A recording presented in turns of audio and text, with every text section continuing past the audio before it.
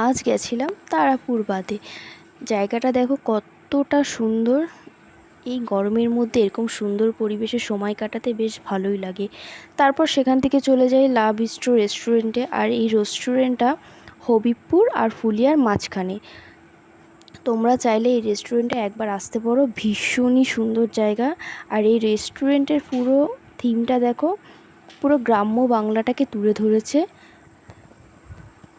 আর এই রেস্টুরেন্টটা যারা পরিচালনা করে তারা সকলেই মহিলা। এটা দেখে বেশ ভালো লাগে যে মহিলারা একটা রেস্টুরেন্ট চালাচ্ছে, মানে মেয়েরা কী না কী পারে। আমাদের এখানে জানো তো, প্রায় অনেক রেস্টুরেন্টেই সব মহিলারাই পরিচালনা করে। এটা কিন্তু বেশ ভালোই লাগে। তারপরে এক প্লেট মিক্স নুডলস অর্ডার করে দিলাম। এক প্লেটই অর্ডার করেছি, কারণ 2 প্লেট নিলে আমি তো 1 প্লেট খেতে পারবোই না, কিন্তু আকাশেরটা আকাশ খেয়ে নিতে পারবে, কিন্তু আমারটা আমি খেতে নিতে পারবো না। তাই আমি ওকে বললাম 1 প্লেটই অর্ডার কর, আমি অল্পই খাবো।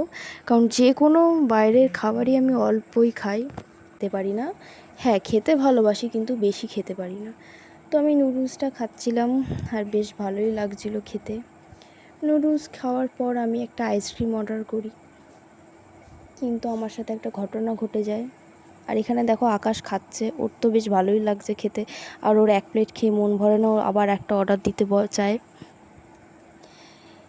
আর যেটা বলছিলাম, ঘটনাটা হলো, আমি ভেবেছিলাম আইসক্রিমটা ওরা ডেজার্টের বলে দেবে সাজিয়ে, ওইটা না আমার খুব ভালো লাগে খেতে।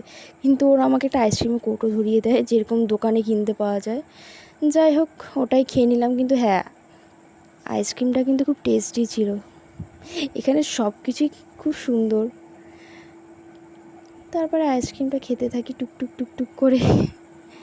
খেয়ে দিয়ে তারপরে আমরা ওখান থেকে বেরিয়ে যাই। এই যে আমি আইসক্রিমটা তোমাদের দেখাচ্ছি। আইসক্রিম খেয়ে আমরা যথারীতি বেরিয়ে গেলাম। অনেকটাই রাত হয়ে গিয়েছিল, তো তাড়াতাড়ি আমাদের বাড়ি যেতে হবে, যেহেতু এটা একদমই হাই রোডের পাশে।